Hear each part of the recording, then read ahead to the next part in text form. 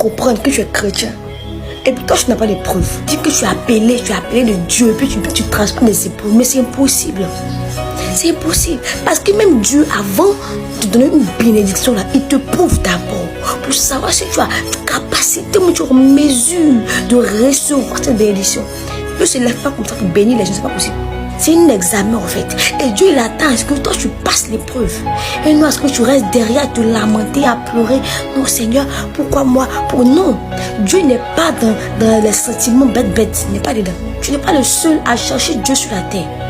Nous sommes des milliers de personnes. Tu n'es pas violent sur toi-même. Pour plaire à Dieu, pour te démarquer là, mon frère, tu vas rester derrière. Parce que la vie chrétienne là, c'est pas le match vu, c'est pas oui, je suis chrétien et je me sape chaque jour. Non, c'est pas ça. La vie chrétienne là, c'est un changement de vie. La Bible dit quoi? Quand Dieu a croisé Simon il avait son activité qu'il faisait. Mais à cause parce que Dieu l'a choisi là, il a décidé d'abandonner tout. Il a tout abandonné pour suivre Jésus. Toi, qu'est-ce que tu as laissé pour suivre Jésus? Non, dis-moi. Tu es chrétien, mais tu n'es pas capable de laisser le péché qui te fatigue là pour suivre Dieu. C'est vrai que c'est pas facile, mais tu peux le faire.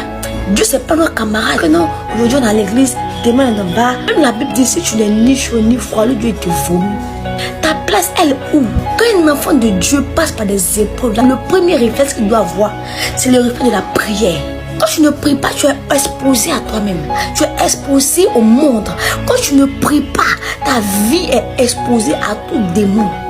Soyez des chrétiens responsables, des enfants de Dieu responsables. On ne t'a pas forcé à suivre Jésus. Tu t'es levé matin, tu dis oui Jésus, moi je vais t'accepter.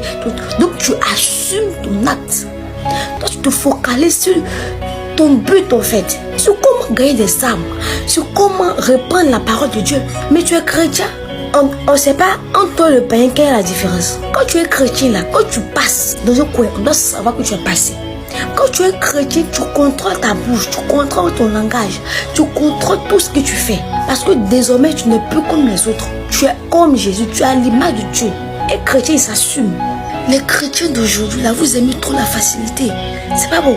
Aimer ce qui est difficile. Parce que c'est quand c'est dur là, qu'on espère qu'il y a un truc de bon derrière. Tout ce qui est facile ne dure pas. Je vous dis, c'est que tu gagnes facilement là. Ça va pas facilement. Mais quand tu luttes pour avoir un truc, quand tu galères pour avoir un truc là, tu connais sa valeur. Un chrétien là, il gagne des âmes. Un chrétien, il a l'éloquence. Un chrétien sait parler aux gens, sait consoler les gens. Toi, tu es chrétien, quand tu parles un peu d'un problème là, c'est toi qui dois rapporter. Oui, c'est là, m'a dit son problème, donc c'est comme ça elle est. Donc c'est comme ça il est. Toi, tu n'es pas chrétien, tu te blagues.